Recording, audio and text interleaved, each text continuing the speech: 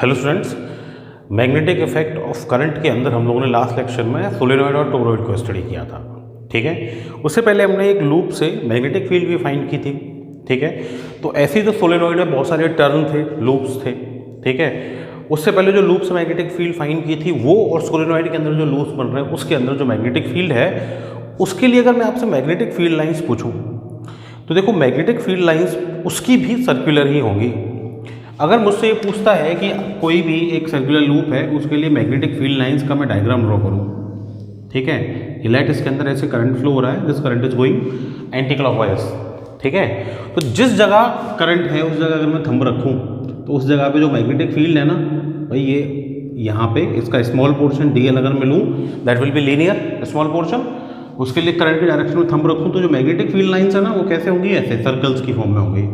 ठीक है, तो यहाँ अगर लूँ तो यहाँ सर्कल्स की फॉर्म में इस तरह इस प्लेन में होंगी। ठीक है, ये करंट यहाँ आ रहा है, यहाँ ऐसे सर्कल्स की फॉर्म में होंगे। ठीक है, यहाँ भी कंसेंट्रिक सर्कल्स की फॉर्म में होंगे। ठीक है, ऐसे इधर लूँगा, इधर करंट ऐसे आएगा तो ऐसे पीछे से होता हुआ कंसेंट्रिक सर्कल्स की फॉर्म में। ठीक है, यहाँ भी ऐसे ही कंसेंट्रिक सर्कल्स की फॉर्म में है। तो पहले 1 मार्क्स में क्वेश्चन आ चुका है, magnetic field lines for a circular loop, वो इस तरह अपन उसको कर सकते हैं। ठीक है, अच्छा इस चैप्टर में हमने ये पढ़ा कि भाई कोई भी मूविंग चार्ज है, ठीक है, तो मूविंग चार्ज क्या कर सकता है, मैग्नेटिक फील्ड जनरेट कर सकता है। तो अगर मेरे पास कोई मूविंग चार्ज है वो मैग्नेटिक फील्ड जनरेट करेगा। अगर वो मूविंग चार्ज मूव करता हुआ मैग्नेटिक फील्ड में किसी दूसरी मैग्नेटिक फील्ड में एंटर कर जाए, ठीक है, तो एक मैग्नेटिक फील्ड दूसरी मैग्नेटिक फील्ड पे फोर्स अप्लाई कर सकती है। अपन जानते हैं भाई मैग्नेटिक फील्ड, एक मैग्नेटिक फील्ड एक दूसरी मैग्नेटिक फील्ड पे फोर्स अप्लाई करती है। अब फोर्स जो अप्लाई होगा उस फोर्स की वैल्यू हम लोग कैलकुलेट कर सकते हैं। ठीक है, तो एक्चुअली में मेरा जो नेक्स्ट टॉपिक है वो है force on a moving charge. ठीक है, लेकिन moving charge magnetic field generate कर रहा है, मतलब एक्चुअली वो फोर्स किस पर है, किसी एक्सटर्नल मैग्नेटिक फील्ड का उस मूविंग चार्ज की मैग्नेटिक फील्ड पर फोर्स है। ठीक है, तो चलते हैं अपन अपने नेक्स्ट टॉपिक की तरफ, that is the magnetic force on moving charge.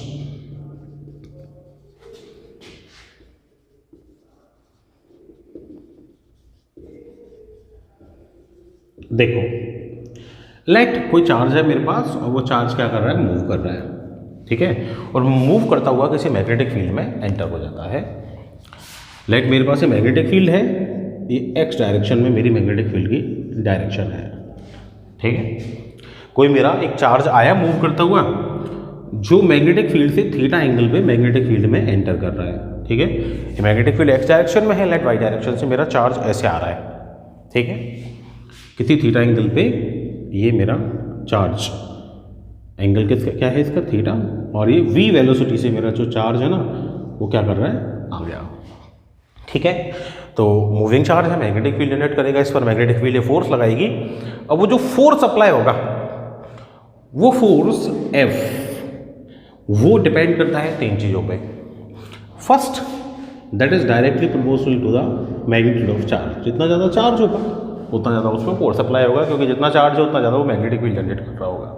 ठीक है, सेकंड वो डिपेंड करता है मैग्नेटिक फील्ड की क्वांटिटी पर। जितनी मैग्नेटिक फील्ड के अंदर जाएगा, लार्ज मैग्नेटिक फील्ड के अंदर जाएगा लार्ज फोर्स लगेगा, स्मॉल मैग्नेटिक फील्ड के अंदर जाएगा स्मॉल फोर्स लगेगा। ठीक है, और थर्ड वो डिपेंड करता है किस पे, परपेंडिकुलर कंपोनेंट ऑफ वेलोसिटी पर। वेलोसिटी है ये, थीटा एंगल पे आ रहा है अपना चार्ज, इसके 2 कंपोनेंट हो सकते हैं, one is v cos theta in the direction of magnetic field and other is v sin theta in the perpendicular direction of magnetic field. ठीक है, तो फोर्स अपना डायरेक्टली प्रोपोर्शनल होगा किसके, v sin थीटा के। दैट मीन्स मैग्नेटिक फील्ड के जो perpendicular component है वेलोसिटी का उसके डायरेक्टली प्रोपोर्शनल होगा। कंबाइन करूं so F is directly proportional to Q, V and B and sin theta. एक प्रोपोर्शनलिटी कांस्टेंट यहाँ से आता है, प्रोपोर्शनलिटी साइन में रिमूव करूँगा, K, Q, V, B and sin theta. K की जो वैल्यू होती है that is 1, that means F जो होता है that is Q v into B into sine theta. ठीक है, this will be the magnitude of that force. अब देखो यहाँ पे क्या है कि भाई v वेलोसिटी वेक्टर क्वांटिटी है, b मैग्नेटिक फील्ड भी वेक्टर क्वांटिटी है, तो मैग्नीट्यूड है दोनों के into sine theta, a into v into sine theta, that is a vector cross b vector. That means vector form में अगर मैं इसको लिखूँ तो f vector will be q v vector cross b vector. This will be the force applied on a moving charge in any external magnetic field। ठीक है, अब इस फोर्स की जो डायरेक्शन होती है, F की direction v vector cross b vector, cross product हो रहा है, क्रॉस प्रोडक्ट के अकॉर्डिंग जो F की डायरेक्शन होगी वो v और b के परपेंडिकुलर प्लेन में होगी। पढ़ाया अपन ने पहले डॉट प्रोडक्ट क्रॉस प्रोडक्ट, उसके अकॉर्डिंग क्रॉस प्रोडक्ट जब होता है तो क्रॉस प्रोडक्ट की जो डायरेक्शन है वो जिन क्वांटिटीज का क्रॉस प्रोडक्ट हो रहा है उनके परपेंडिकुलर प्लेन में होती है।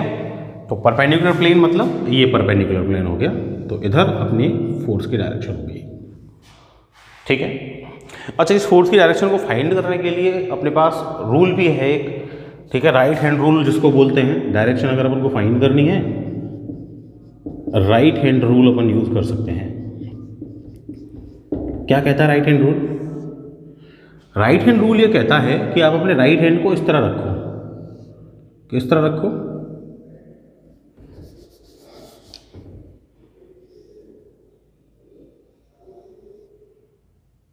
इस तरह कि आपका जो थंब है ना, थंब वो डिनोट कर रहा है वी, मूविंग चार्ज की डायरेक्शन को, मोशन की डायरेक्शन को।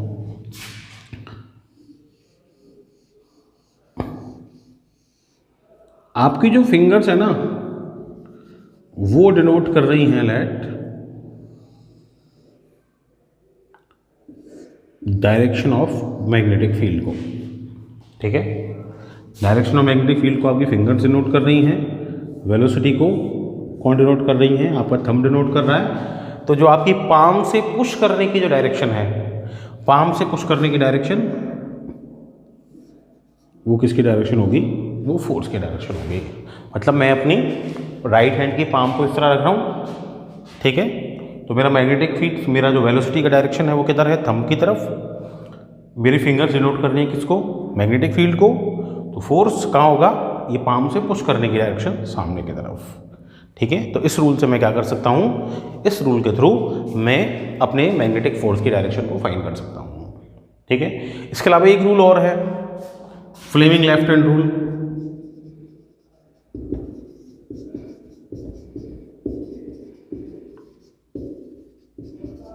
वो भी डायरेक्शन बताता है। वो क्या बताता है कि आप अपने लेफ्ट हैंड को लो, लेफ्ट हैंड की ये फिंगर्स, मिडिल फिंगर, ठीक है, ये थंब और इन दोनों के बीच में जो फिंगर है, इन दोनों तीनों को एक दूसरे के परपेंडिकुलर रखो।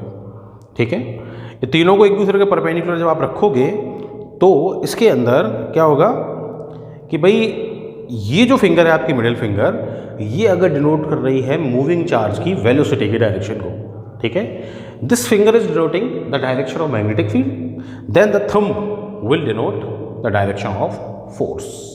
ठीक है, तो ये अपना क्या है? लेफ्ट हैंड रूल है। ठीक है, इसे इजीली फाइंड कर सकते हैं राइट हैंड रूल से, है ना, सिंपल रूल है। वेलोसिटी, मैग्नेटिक फील्ड, तो क्या हो गया? ये डायरेक्शन ऑफ फोर्स हो गया। ठीक है, अब इससे क्या अपन डायरेक्शन ऑफ फोर्स निकाल सकते हैं। फोर्स की जो डायरेक्शन है ना वो देखो डिपेंड कर रही है किस पे? थीटा पे, वी की वैल्यू पे और मैग्नेटिक फील्ड पे। ठीक है, तो डिफरेंट केस यहाँ से बन सकते हैं मेरे पास। देखें कौन कौन से केस बन सकते हैं।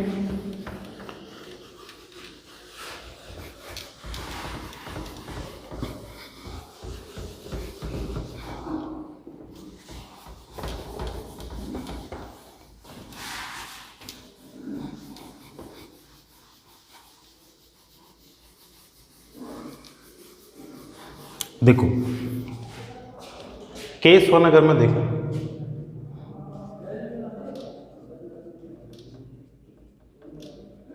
अगर मान लो v इक्वल टू 0 है, मतलब वेलोसिटी जो है मूविंग चार्ज की वो 0 हो जाए, तो उनको पता है कि भाई F इक्वल टू होता है Q into V into B into sine theta. v 0 हो जाएगा तो फोर्स भी क्या हो जाएगा? 0 हो जाएगा। दैट मीन्स अगर मूविंग चार्ज जो है वो रुक जाए तो उस पर फोर्स लगना भी क्या होगा? रुक जाएगा। क्यों रुक जाएगा? इसलिए रुक जाएगा भाई, मूविंग चार्ज ही तो मैग्नेटिक फील्ड जनरेट करेगा ना भाई। रुका हुआ चार्ज, स्टेबल चार्ज तो कभी मैग्नेटिक फील्ड जनरेट नहीं करता, तो नहीं करेगा तो फोर्स तो उसके जो जनरेट मैग्नेटिक फील्ड है उसी पे लगाएगी ना, एक्सटर्नल मैग्नेटिक फील्ड। तो अगर रुक जाएगा तो मैग्नेटिक फील्ड जनरेट नहीं करेगा, तो फोर्स क्या हो जाएगा? जीरो हो जाएगा। ठीक है। इसके अलावा देखो, मान लो अगर केस 2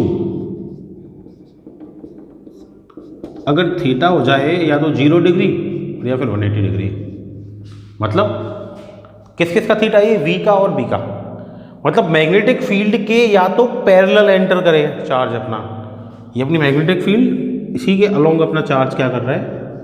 एंटर कर रहा है। ठीक है। और या फिर इसके एंटी पैरेलल एंटर करे, मतलब उसके पैरेलल में चल रहा है। एक ही बात है, पैरेलल एंटी पैरेलल आ जाए। तो अगर थीटा 0 या 180 हो जाए तो भाई साइन थीटा साइन 0 की वैल्यू क्या होती है? 0। साइन 180 की भी 0 होती है, तो फोर्स क्या हो जाएगा? 0 हो जाएगा।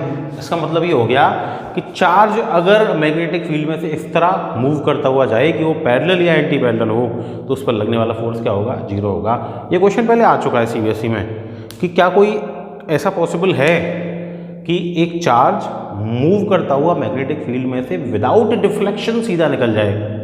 भाई डिफ्लेक्शन नहीं होना, डिफ्लेक्शन कब होगा? जब फोर्स लगेगा। डिफ्लेक्शन नहीं हुआ मतलब कोई फोर्स नहीं लगा, तो कब पॉसिबल है ऐसा? तब पॉसिबल है जब वो या तो पैरेलल या एंटी पैरेलल मैग्नेटिक फील्ड में एंटर करके मूव करता हुआ निकल जाए, तो उस पर कोई फोर्स नहीं लगेगा। ठीक है। इसके अलावा मान लो अगर ये थीटा की जो वैल्यू है ये हो जाए 90 डिग्री। ठीक है। अब ये थीटा की वैल्यू अगर 90 हो जाए तो साइन 90 तो 1 मैक्सिमम वैल्यू होती है। मैक्सिमम वैल्यू होती है, it means F will be what? Q into V. Maximum value मिलेगी तो फोर्स भी कैसा होगा? मैक्सिमम। इसका मतलब ये हो गया कि अगर अपना चार्ज पार्टिकल मैग्नेटिक फील्ड के परपेंडिकुलर एंटर करता है तो उस पर मैक्सिमम फोर्स अप्लाई होगा। अब देखो, इस फोर्स की डायरेक्शन कहाँ होती है? इस फोर्स की डायरेक्शन होती है मैग्नेटिक फील्ड। ठीक है। ये अपना जो परपेंडिकुलर एंटर कर रहा है ना, तो परपेंडिकुलर एंटर कर रहा है तो ऐसे यहाँ, मतलब ये अपना मैग्नेटिक फील्ड। ठीक है। अपना चार्ज ऐसे इधर एंटर कर रहा है, ये V की डायरेक्शन हो गई, ये मैग्नेटिक फील्ड B की डायरेक्शन हो गई, तो फोर्स किधर लग रहा है? ऊपर। अब इस पे ऊपर फोर्स लगेगा, फोर्स की डायरेक्शन तो ऐसे है, वेलोसिटी की डायरेक्शन में नहीं है। ठीक है। तो इससे क्या होगा कि भाई जब ये मैक्सिमम फोर्स होगा ना, तो no change in the magnitude of velocity. Velocity के मैग्नीट्यूड में कोई चेंज नहीं होगा। क्यों नहीं होगा भाई? इसलिए नहीं होगा क्योंकि वो कैसा है? परपेंडिकुलर लग रहा है फोर्स वेलोसिटी के। फिर उससे क्या होगा? फिर उससे चेंज होगी डायरेक्शन। कैसे चेंज होगी? देखो भाई, ये अपना चार्ज एंटर कर रहा था, यहाँ था, इस पे फोर्स ऐसे लग रहा है, इसको क्या करेगा? ऊपर पुश करना चाहेगा, ऐसे हो जाएगा। जब ऐसे हो जाएगा तो फोर्स की डायरेक्शन ये हो गई। मैग्नेटिक फील्ड तो देखो वहीं है अभी भी, फिर ये ऐसे जाएगा तो ये ऐसे हो जाएगा। ठीक है। जब ऐसे होगा तो इस पे फिर परपेंडिकुलर फोर्स, फिर ये ऐसे हो जाएगा, मतलब ऐसे एंटर करेगा और परपेंडिकुलर फोर्स जब इस पे कंटिन्यूस अप्लाई होता जाएगा तो ये इस तरह के पाथ पे चला जाएगा। इस तरह का पाथ मतलब ये आ रहा है, इस पे इधर फोर्स लगता जाएगा, ये फोर्स इसको ऐसे किस पाथ पे लेके जाएगा? ये इसको सर्कुलर पाथ पे लेके जाएगा। इसका मीनिंग ये हो गया कि जब भी कोई चार्ज किसी मैग्नेटिक फील्ड में परपेंडिकुलर एंटर करता है तो उसके वेलोसिटी के मैग्नीट्यूड में तो कोई चेंज नहीं आता, but the charge moves on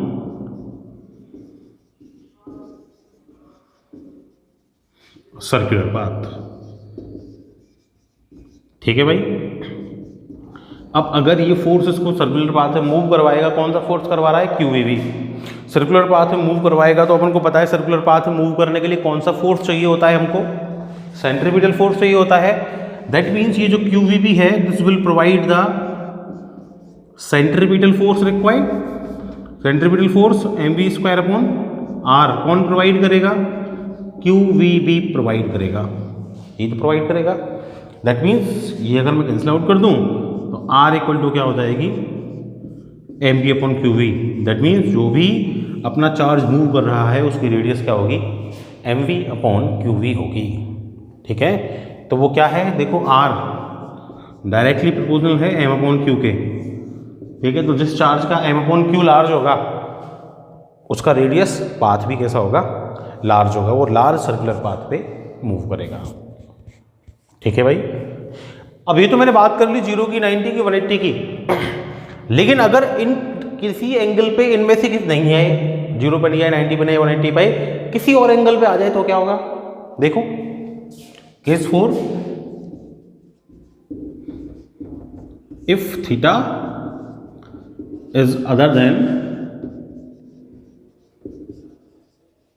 0, 90, 180, तो क्या होगा भाई? किसी एंगल थीटा पे आ रहा है, किसी एंगल थीटा पे आ रहा है, डायग्राम में समझते हैं इसको। वही जो इनिशियल कंडीशन मैंने ली फोर्स के लिए, वही सेम डायग्राम आ जाएगा। देखो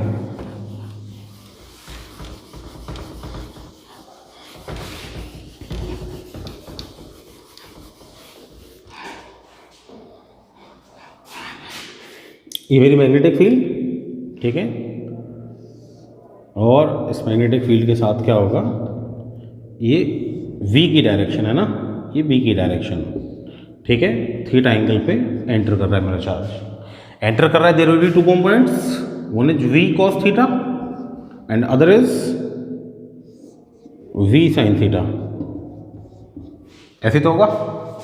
ठीक है, अब देखो v cos थीटा जो कंपोनेंट है that is in the direction of magnetic field. ठीक है, जो v sin थीटा कंपोनेंट है that is perpendicular to the magnetic field. अब हमको पता है कि जब मैग्नेटिक फील्ड की डायरेक्शन में अपना चार्ज मूव करता है, ठीक है, तो वो स्ट्रेट पाथ पे ट्रेवल करता है विदाउट एनी डिफ्लेक्शन।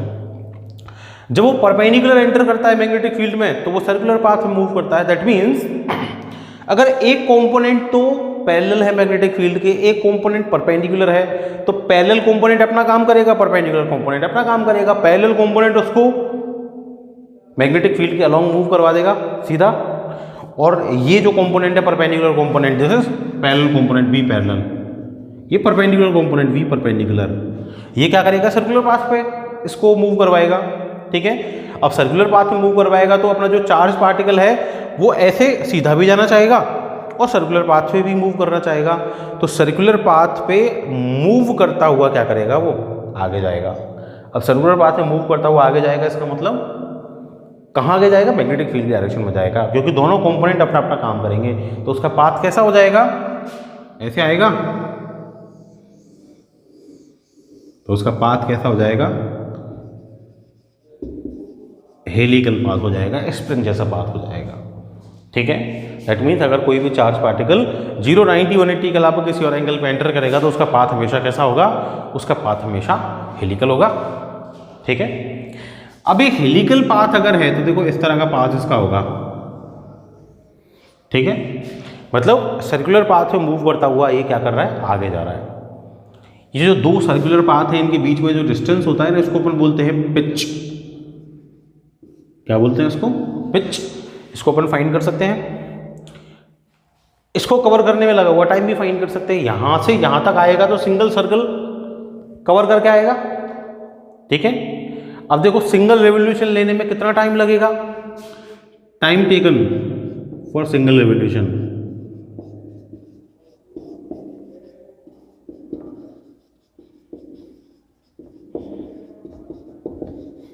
टी क्या होगा? 2πr। सर्कुलर पाथ में मूव करेगा, उसके पेरीमीटर पे 2πr। सर्कुलर पाथ में मूव कौन कर पाएगा? Perpendicular component, 2πr upon v of perpendicular component. ठीक है, ये परपेंडिकुलर कंपोनेंट ही क्या कर रहा है? सर्कुलर पाथ में मूव करवा रहा है। मतलब ये परपेंडिकुलर कंपोनेंट पर लगने वाला फोर्स ही उसको रिक्वायर्ड सेंट्रीपिटल फोर्स देगा। That means mb perpendicular square upon r must be equal to q v perpendicular nb। ठीक है, कंप्लीट कंपोनेंट नहीं वेलोसिटी है, कंप्लीट वेलोसिटी नहीं, वेलोसिटी का ओनली कौन सा कंपोनेंट? परपेंडिकुलर कंपोनेंट जो उसको सर्कुलर पाथ में मूव करवाएगा। ये तो कैंसिल आउट हो गया। दैट मीन्स जो रेडियस होगी that will be what? mv perpendicular upon qv, ये रेडियस होगी। ठीक है, इस सर्कुलर पाथ की, हेलिकल पाथ की जो रेडियस होगी वो क्या होगी, M by V perpendicular upon Q V, ये होगी। इसको पुट कर सकता हूँ, ठीक है। यहाँ तो मेरे पास क्या आ सकता है, यहाँ से टाइम आ सकता है, ठीक है। अब जितने टाइम में क्या कर रहा है, ये सर्कुलर पाथ में कवर कर रहा है, उतने टाइम में देखो यहाँ से यहाँ तक सर्कुलर पाथ ही तो कवर किया, करके इधर से इधर चला गया। मतलब पिच को कवर करने में भी कितना टाइम लगेगा, इतना ही टाइम लगेगा, ठीक है। अब पिच को कवर करने में भी इतना टाइम लगेगा, तो पिच क्या हो जाएगी, पिच क्या है, डिस्टेंस ही तो है ना, एक्स डायरेक्शन में डिस्टेंस है, क्या होगा, वेलोसिटी इनटू टाइम। वेलोसिटी कौन सी, उस डायरेक्शन में पैरेलल, इनटू टाइम उतना ही लगा, सिंगल रेवोल्यूशन वाला T. That means pitch P, this is V cos theta, ठीक है। अभी M B upon Q V, ये वैल्यू मैं पुट कर सकता हूं, तो ये क्या हो जाएगा भाई, 2 pi upon V, 2 pi upon V perpendicular, ठीक है। और आर की जो वैल्यू है वो कितनी है, एम वी परपेंडिकुलर और अपॉन क्यू वी, ये है। That means P equal to क्या हो जाएगा भाई, ये देखो, ये V cos थीटा, ये कंप्लीट कंपोनेंट हो गया, ये तो कैंसिल आउट हो गए, ठीक है। तो ये क्या बच गया मेरे पास, 2 pi M V upon Q V, और इनटू में क्या हो जाएगा, cos theta. This will be the pitch of helical path, ठीक है। तो इस तरह मैं क्या कर सकता हूँ, हेलिकल पथ का टाइम पीरियड, पिच या रेडियस भी फाइंड कर सकता हूँ। चाहो तो यही पुट कर दो, टाइम अगर फाइंड करना है 2 पाई वी परपेंडिकुलर, आर की वैल्यू कितनी है, ये रही, M V perpendicular upon Q V, ठीक है। ये कैंसिल आउट हो जाएंगे, तो 2 पाई एम अपॉन क्या आ जाएगा, क्यू वी, इसका क्या आ जाएगा, टाइम पीरियड आ जाएगा। सिंगल रेवोल्यूशन में जो टाइम लगेगा हेलिकल पाथ पे, वो मेरे पास आ जाएगा। तो these will be the different conditions of magnetic force, ठीक है। तो ये तो जब है जब मेरा मूविंग चार्ज किस में है, एक्सटर्नल मैग्नेटिक फील्ड के अंदर है, ठीक है। लेकिन अगर मेरा चार्ज मैग्नेटिक फील्ड के साथ साथ इलेक्ट्रिक फील्ड में भी रखा है, तो उस पर जो फोर्स लगता है उसको बोलते हैं लॉरेंज फोर्स। देखो क्या वैल्यू होगी लॉरेंज फोर्स की,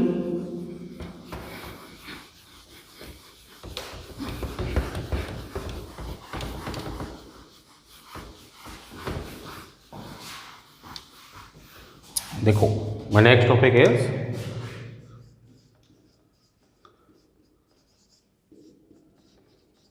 लॉरेंज फोर्स, ठीक है भाई। कोई चार्ज क्यों है, इलेक्ट्रिक फील्ड मैग्नेटिक फील्ड दोनों में एंटर कर रहा है, वो दोनों अप्लाई हो रही हैं, तो इलेक्ट्रिक फोर्स कितना लगेगा,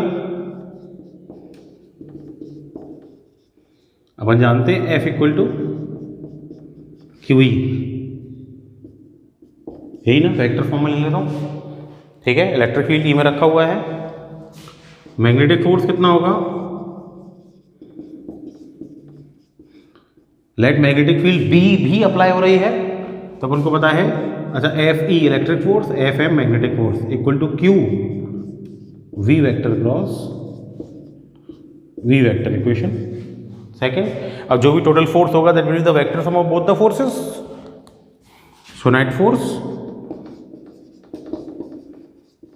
F vector equal to, vector sum कर दूं, डायरेक्शन तो कुछ भी हो सकती है दोनों के बीच में, F E vector plus F M vector, तो एफ इक्वल टू क्या हो जाएगा, क्यू ई